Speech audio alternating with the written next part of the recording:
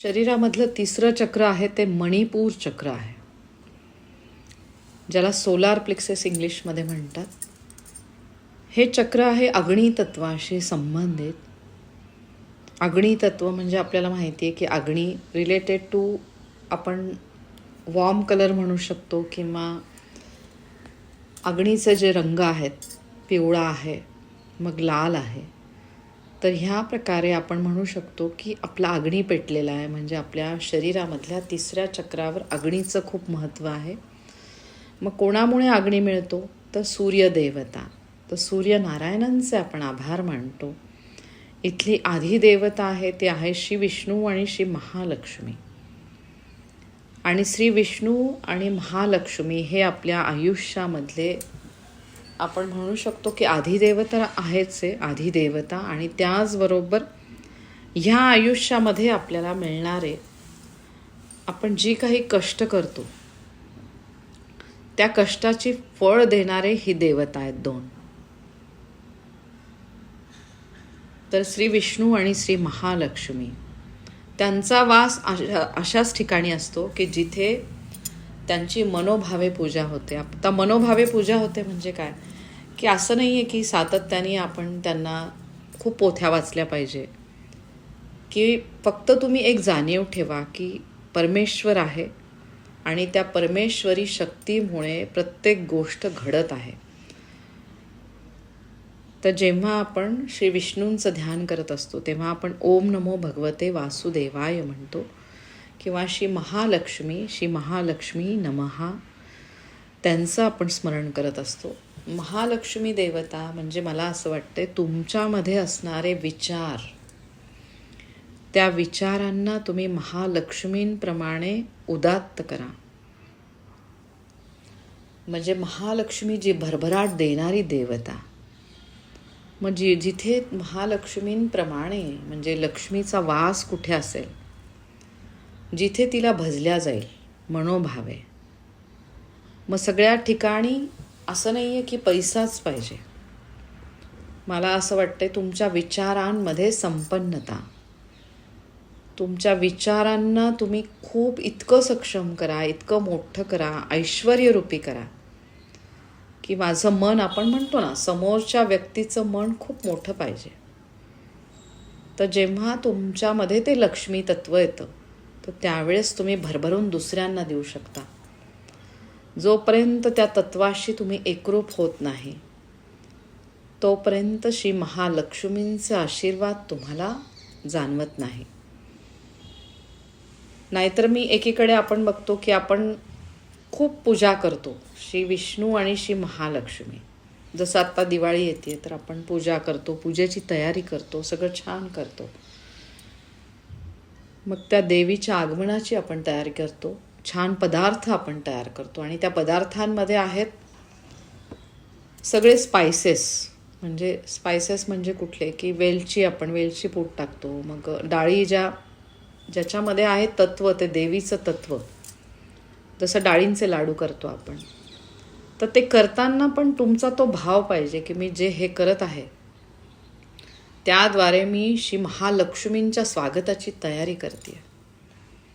आणि ते तत्व आहे तुमच्या अग्नी म्हणजे आतल्या अग्नीशी संबंधित. त्याद्वारे आपण काय करतो, थंडी पडायला लागते तर आपल्यामधला अग्नी प्रज्वलित करतो आपण त्या पदार्थांनी.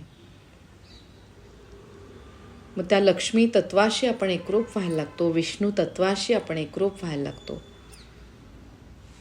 आपण पूर्णाहुती मंत्र म्हणतो. म्हणजे जेव्हा प्रत्येक आपण पदार्थ तयार करतो तो आपण देवापुढे ठेवतो आणि त्यांना तो अर्पण करतो आपण नैवेद्य.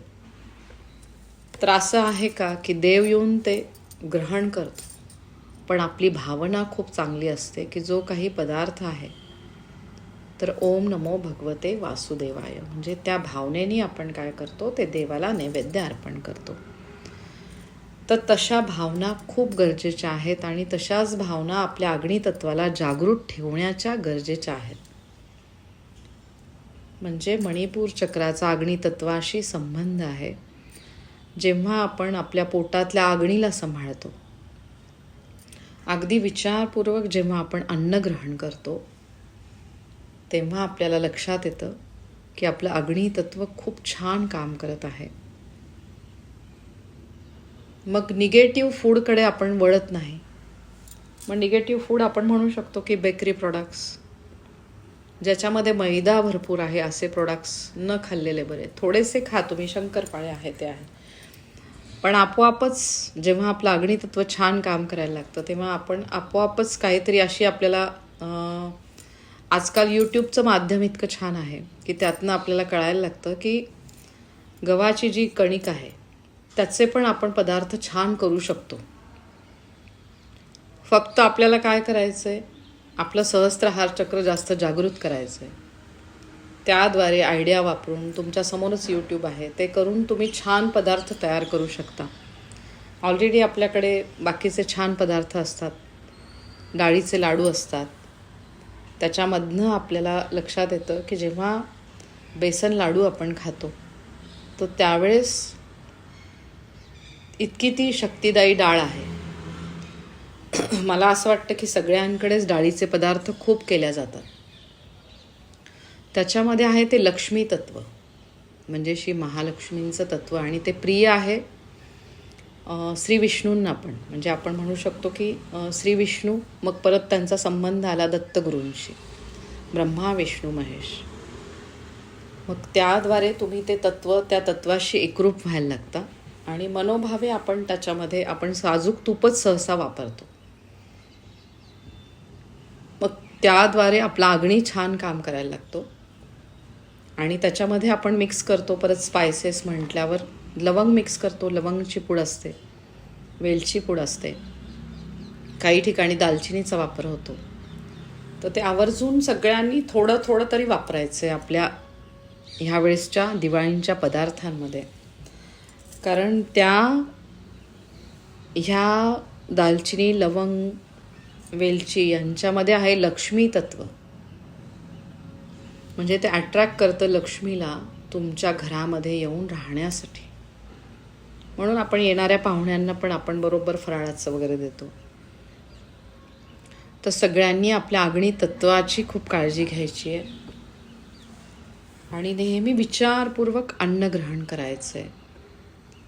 अग्नी तत्व जर तुमचं डिस्टर्ब झालं तर त्याद्वारे विविध आजार तुम्हाला व्हायला लागतात. मग त्याच्यावरच आधारित आहे तुमची ॲसिडिटी. म्हणजे तिथलं ॲसिडिटी डिस्टर्ब झाल्यावर ॲसिडिटी वाढली की विविध आजार व्हायला लागतात, जे पोटाचे आजार असतात विविध, किंवा अग्नितत्वच डिस्टर्ब झाल्यामुळे डायबिटीस पण होतो. अति तेलकट पदार्थ खाल्ल्यामुळे आपण म्हणू शकतो विविध आजार होतात. तर नक्की सगळ्यांनी लक्ष ठेवायचं आहे की आपलं अग्नितत्वाची आपण काय काळजी घ्यायची. आणि मग आपल्याला असं वाटतं की आजार होतात, ते आजार पण मेन तुमचं हे तत्व न सांभाळल्यामुळे होतात. तर आपण रेकीमध्ये एक प्रयत्न असतो की आपल्या सगळ्या आपण चक्रांना रेकी देत असतो सातत्याने, आणि तिथल्या अवयवांना आपण रेकी देतो. मग सातत्याने जेव्हा आपण त्यांना रेकी देतो, त्यांचे आभार मानतो, त्यावेळेस आपल्याला लक्षात येतं की आपला रक्तधातू खूप छान काम करतोय. तामसी आहार आपला कमी झालेला आहे. म्हणजे सात्विक आहाराकडे आपली वृत्ती वाढायला लागते. जास्तीत जास्त आपण सॅलड्स खायला लागतो किंवा चांगले पदार्थ आपण घ्यायला लागतो. आपल्याला इच्छा होत नाही बेकरी प्रोडक्ट्स खाण्याची. जसं मी तुम्हाला स्वतः सांगू शकते की गेल्या बऱ्याचशा म्हणजे वर्ष म्हणू शकतो आपण, आधी पण एवढं नव्हतं, पण आता बेकरी प्रोडक्ट्स ऑलमोस्ट माझे बंदच झालेले. मला इच्छाच होत नाही. मला बेकरी प्रोडक्ट समोर आलं तर मी एखादं कोणाकडे अगदी एखादं बिस्किट घेतलं तर घेते, किंवा मग अगदी पावभाजी असेल तर त्यातला एक पाव घेते मी, बाकीचं मी बघते की मला भाजी केवढी जास्तीत जास्त खाता येईल.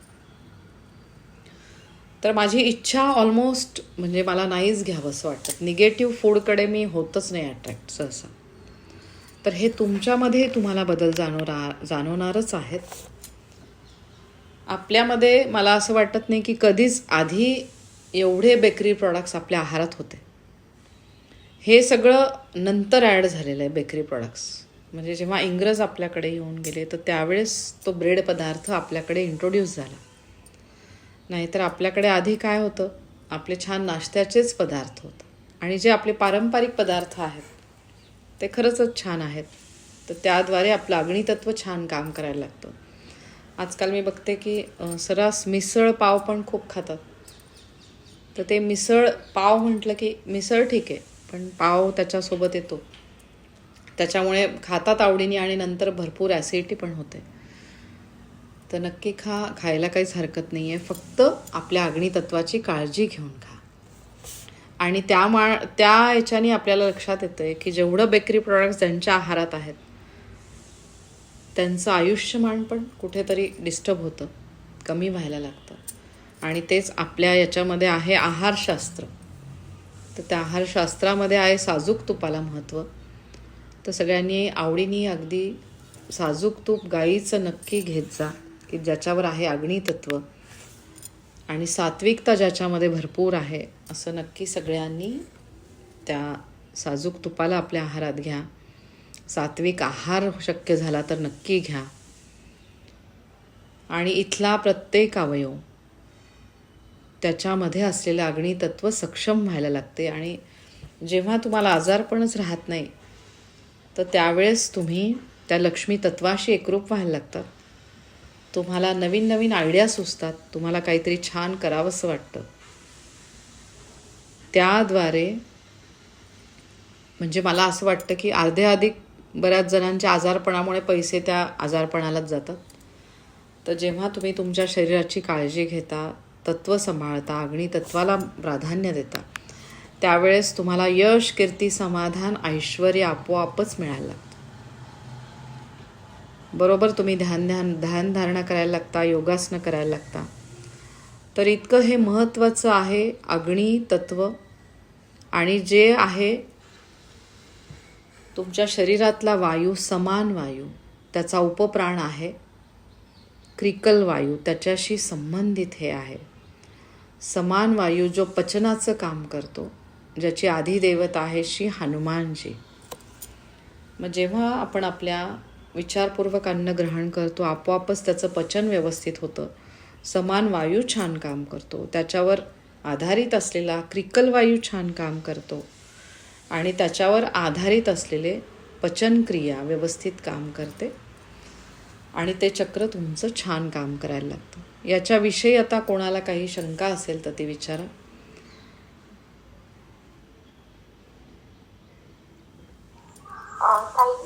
मला एक विचारायचं होतं की नॉनव्हेज वगैरे असतं तर ते कम्प्लिटली म्हणजे खायचंच नाही का, किंवा असं म्हणतात की त्याच्यावर मटेरियल वगैरे या सगळ्या गोष्टी मिळतात. सो किंवा जसं फॉर एक्झाम्पल आपण हे नाही खात, चिकन नाही खात, म्हणजे मी तर नाही खाते, मला फिश आवडतं. सो इज इट ओके असं विचारायचं होतं. हे बघ, मी असं कधीच म्हणणार नाही की ज्यांची जी सवय आहे ती सवय बंद करायची. की तुम्हाला एखादी गोष्ट आवडू शकते. आता मला इंडिव्हिज्युअली मला विचारलं तर मी नॉनव्हेज नाही खात, मला माझ्या घरात खातात पण मी नाही खात. पण हा प्रत्येकाचा इंडिव्हिज्युअल प्रश्न आहे. जसं आता फॉरेनमध्ये पण भरपूर रेखे शिकतात, तर ते त्यांचंच फूडच आहे ते. पण ते त्याच्यावर आधारित काय घेतात, बाकीचं त्यांचे सॅलड्स भरपूर असतात. आपल्याकडे करण्याची पद्धत वेगळी आहे. आपल्याकडे खूप मसाले वगैरे घालून असे पदार्थ ते करतात नॉनव्हेजचे. तर त्या मसाल्याऐवजी कमी मसाला वापरून जर ते पदार्थ तुम्ही खाल्ले तर काहीच हरकत नाही आहे. तर मी अजिबात म्हणणार नाही तुम्हाला की तुम्ही ते खाऊ नका.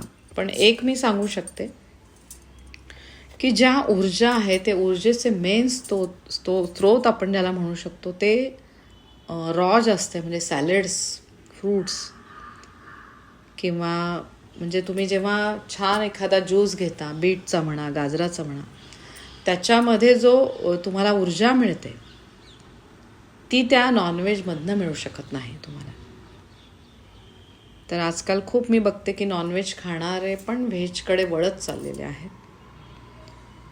तर मला असं वाटतंय की जर तुम्हाला कधी वाटलं तुम्ही बाहेर आहात, खाताय, तर असं काही प्रश्न नाही आहे, खायला काही हरकत नाही आहे. पण त्याच्या बरोबरीने तुम्ही सॅलड्स पण घ्या आणि तुमच्या एनर्जी लेवल्स छान ठेवा.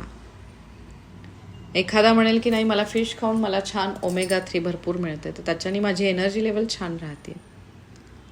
So go for that. काही प्रश्न नाही आहे. फक्त तुमच्या शरीराला काय चालतंय ते तुम्ही बघा. आता जसं मी आहे तर मला दत्तगुरूंचं खूप करते मी, तर मला नाही म्हणजे त्या कशात एक जरी असेल तरी मी नाही घेऊ शकत ते, म्हणजे मला नाही घ्यावंसं वाटत. तर ही माझी वृत्ती आहे. तर कोणाकडे घरामध्ये नॉनव्हेज होत असेल तर असा काही प्रश्न नाही आहे, खाऊ शकता तुम्ही.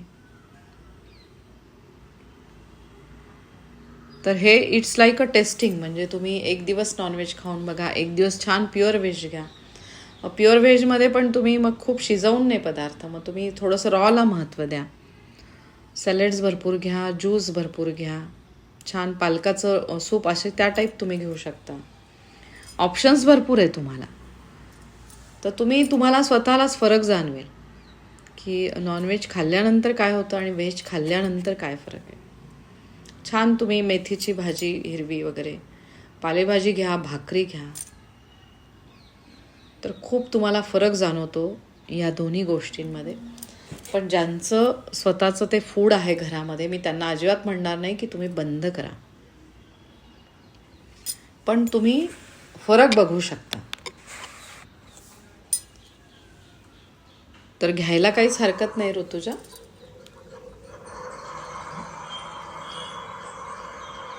कल्पनाताईंना काही विचारायचं आहे का?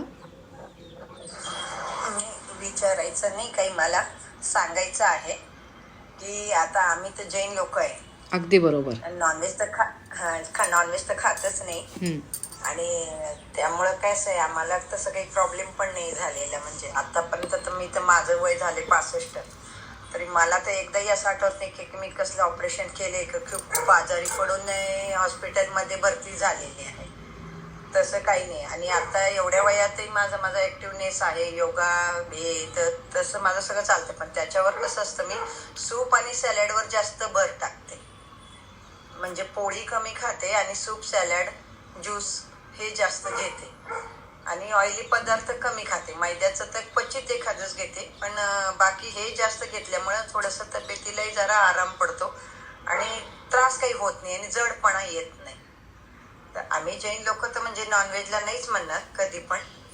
आमचे म्हणजे तशी हेच आहे की पहिल्यापासून आम्ही अंड काहीच खात नाही. पण याच्यातही इतकं पदार्थ खूप छान छान आहेत ना, त्याच्याने खूप सुद्धा ॲक्टिव्हनेस येतो आपल्याला. त्यामुळे व्हेज खायला काहीच हरकत नाही. म्हणजे असं. आणि सूप आणि सॅलडवर जास्त भर द्यायचं, म्हणजे माझं मत असं आहे. अगदी बरोबर आहे. मी एक सांगते ऋतुजा, ॲक्च्युली आपण व्हेज फूड का प्रेफर करतो आपण जेव्हा ह्या एनर्जी लेवलमध्ये असतो तेव्हा, कारण का त्याच्यामध्ये फोटोसिंथेसिस ही प्रोसेस झालेली असते. आपण एखादं फ्रूट तोडलेलं जरी असेल तरी 8 दिवस जरी ठेवलं किंवा 4 दिवस ते छान राहतं, कारण त्याच्यामध्ये ऊर्जा असते सूर्याची फोटोसिंथेसिसमुळे. आणि जेव्हा मीठ किंवा फ्लेश असतं तेव्हा ते त्याच्यामध्ये बॅक्टेरियाज लवकर तयार होतात आणि एकदा डेड झालं की ते डेड फूड म्हणूनच होतं. ते फक्त आपण प्रोटीन रिलेटेड म्हणून आपण घेतो, पण त्याने ऊर्जा वाढत नाही. ह्या पदार्थाने ऊर्जा वाढते. म्हणून नेहमी सांगतात की जेवणाच्या आधी तुम्ही सॅलड्स खा, सूप प्या, किंवा हे आधी घ्या आणि तुमचं बाकीचं डाएट असेल जे रॉ सोडून जे शिजवलेलं अन्न असते त्यात बॅक्टेरिया लवकर तयार होतात. त्यामुळे एनर्जी लेवल त्याने जास्त वाढत नाही, या फूडमुळं जास्त वाढते. त्यामुळं आपण त्याला जास्त प्रिफर शाकाहारीला सगळीजणं करतात जेव्हा एनर्जी सोर्समध्ये जातात, किंवा आपले संत किंवा साधू आहेत जे साधक आहेत ते मोस्टली म्हणून ते फूड प्रिफर करतात. आता आपलं जे रुटीन असेल त्याच्यामध्ये आपण लवकर नाही बदल करू शकत, पण हळूहळू आपण त्या ह्याच्यामध्ये गेल्यानंतर ॲटोमॅटिकली आपलीच ते हे कमी होत जातं टेम्पटेशन. असं होतं. म्हणजे असं तू लगेच बंद कर किंवा काही असं काहीच नाही, पण ॲटोमॅटिकली म्हणजे आमच्यामधले चेंजेस पण आम्हाला काही वाटत नाही. आधी आपलं जे टेम्पटेशन असतं की नाही मला त्याच्याशिवाय राहणार नाही, असं होत नाही.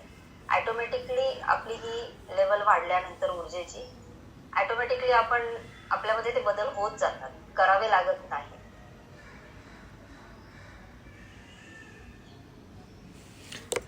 खूप छान पॉईंट सांगितला मास्टर स्नेहल. आपण स्वतःच बघू शकतो की कशामध्ये ऊर्जा जास्त आहे. जसं ती म्हणते की फ्रूट्स किती दिवस टिकतात, आणि जसं आपण हे जास्त दिवस नाही ठेवू शकत. नॉनव्हेजचे पदार्थ, त्याच्यामध्ये बॅक्टेरिया तयार होतात आणि त्यामुळे आपल्याला लक्षात येतं की विविध आजार सहसा होतात ते त्या ह्या नॉनव्हेज थ्रू ती जे काही असेल ते ॲनिमल काय त्याच्यामध्ये असलेलं ते आपल्यामध्ये येऊ शकतं. तर फक्त आपण ते फूड आपण ग्रहण केल्यामुळे. तर ते आपण डिसाईड करायचं की आपल्याला आपल्या शरीरासाठी काय पाहिजे आहे. तर जेव्हा एनर्जीच्या याच्यामध्ये आपण असतो, मास्टर स्नेहल म्हटली की आपल्याला आपल्या एनर्जी वाढवायच्या आहेत, तर तेव्हा आपण ठरवायचं की आपल्या शरीराला आपल्याला काय द्यायचं आहे.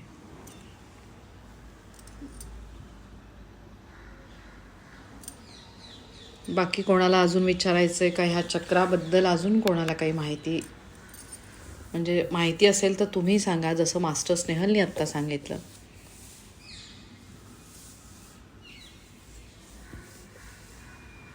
मला असं वाटतं की अग्नितत्व म्हणजे याच्या रिलेटेड आहेत तुमचे उपवास. म्हणजे आपले जे विविध 15 दिवसांनी येणारी एकादशी, त्या एकादशीचं महत्त्व खूप आहे की त्यावेळेस चंद्राची स्थिती अशी असते की आपल्याला भूक कमी लागते आणि ती 15 दिवसांनी येणारी एकादशी म्हणजे थोडक्यात तुमच्या पोटाला तुम्ही आराम द्यावा. सातत्याने आपण खात असतो, तर त्या पोटाला आराम देण्यासाठी ती एकादशी असते आणि त्या एकादशीच्या दिवशी आपण कमीत कमी आहार घ्यायला पाहिजे, फ्रूट्सवर जास्त भर दिला पाहिजे. आणि परत आपल्या बाकीचे जे काही उपवास असतात, पौर्णिमा असते, पौर्णिमा पण महिन्यातनं एकदा येते, तर ती पौर्णिमा तुम्ही करू शकता. तर ते मला असं वाटतं की अग्नितत्व सक्षम होण्यासाठी हे उपवास आहेत आणि ज्याचं रहस्य कळालेलं आहे आपल्या पूर्वज लोकांना पूर्वीच्या.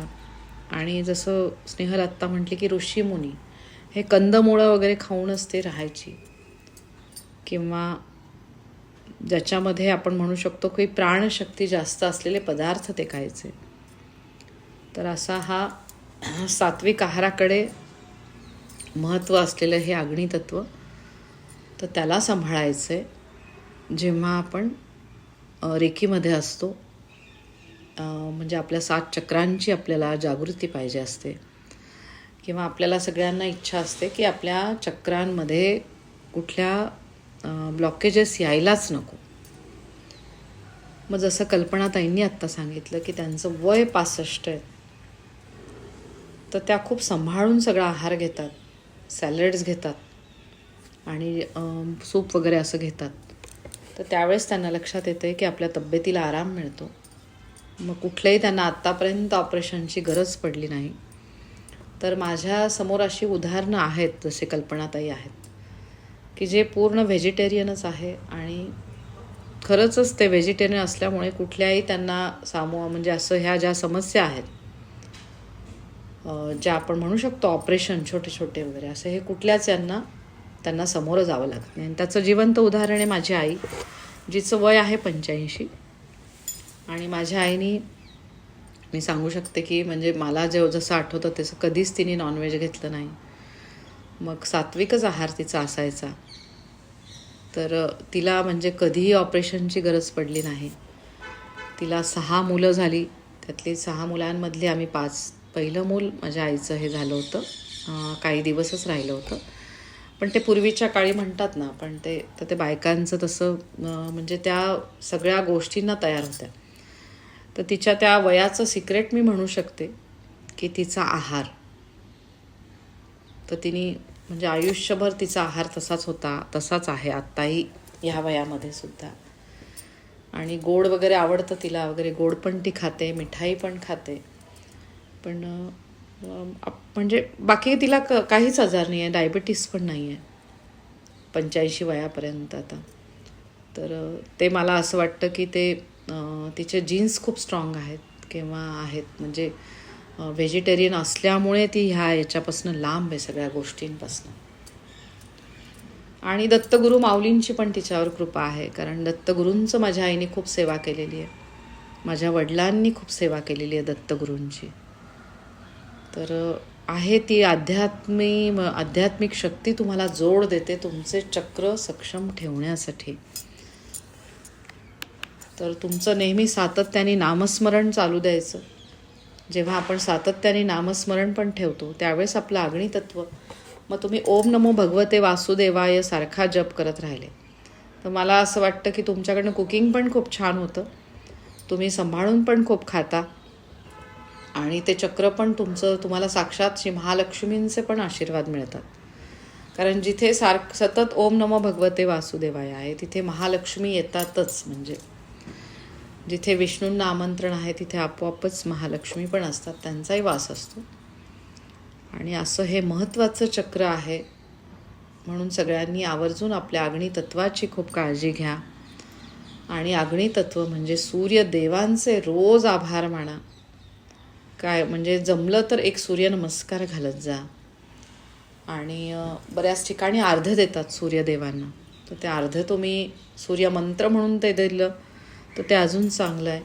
तर त्याद्वारे तुम्हाला लक्षात येईल की तुमचं हे मणिपूर चक्र खूप छान व्यवस्थित काम करत आहे. तर ज्यांना सूर्यनमस्कार जमणार नाही तर ॲटलिस्ट सूर्याकडे बघून तुम्ही पूर्व दिशेला जल अर्पण करू शकता. तर खूप छान ही सूर्यदेवता, आणि जसं मी म्हटलं की आपण खूप भाग्यवान आहोत, आपल्याकडे आपल्याला छान सूर्यदेव आहेत, भरपूर मुबलक प्रमाणामध्ये आपल्याला पाणी प्यायला आहे, तर त्यांचे सतत आभार मानत राहायचे. तर त्या आरोग्याच्या देवतेचे आपल्याला भरभरून आशीर्वाद मिळायला लागतात जेव्हा आपण रोज त्यांना आठवणीत ठेवून त्यांचे आभार मानतो, ज्यामुळे ही सजीव सृष्टी सुरू आहे. तर या चक्राबद्दल कोणाला अजून काही सांगायचं असेल, तुम्हाला काही माहिती असेल तर ती तुम्ही सांगू शकता. तर तुम्हाला लक्षात आलं आहे का, जे आता नवीन शिकून ज्यांना झालेले आहेत 1-1, 2-2 महिने, तर तुमचं अग्नितत्व खूप छान काम करायला लागले. त्याला आधारित त्याच्यावर बाकीचे तत्व छान काम करत आहेत. तिथे कार्यरत असलेले विविध वायू ते पण छान काम करत आहेत. तर मणिपूर चक्राच्या ठिकाणी समान वायू कार्यरत आहे आणि त्याचं उपप्राण आहे क्रिकल, त्याचं काम व्यवस्थित सुरू आहे. आणि वायुतत्वाची देवता श्री हनुमानजी यांचे आपल्याला आशीर्वाद मिळायला लागतात. जेव्हा सातत्याने आपण त्यांना सारखे आभार मानतो त्या तत्वाचे, जलतत्वाचे, अग्नितत्वाचे, वायुतत्वाचे, पृथ्वी तत्वाचे. आता तुम्हाला विचारायचं नसेल तर आपण पुढच्या चक्राकडे वळूया. कोणाचा हँड रेज नाही आहे, म्हणजे आता आपण पुढच्या चक्राची माहिती घेऊया. पण मला असं वाटतं आता मणिपूर चक्राची माहिती सांगून आता इथे 9 वाजतात, तर ते आपण ठरवूया म्हणजे काय करायचं आहे. तर मला असं वाटतं इनफ माहिती मिळाली आत्ता सगळ्यांना मणिपूर चक्राची, आणि सगळेजण आपल्या चक्रांची खूप काळजी घेणार आहे. अग्नितत्वाची काळजी घेतल्यामुळे आपोआपच ते चक्र खूप छान काम करायला लागतं.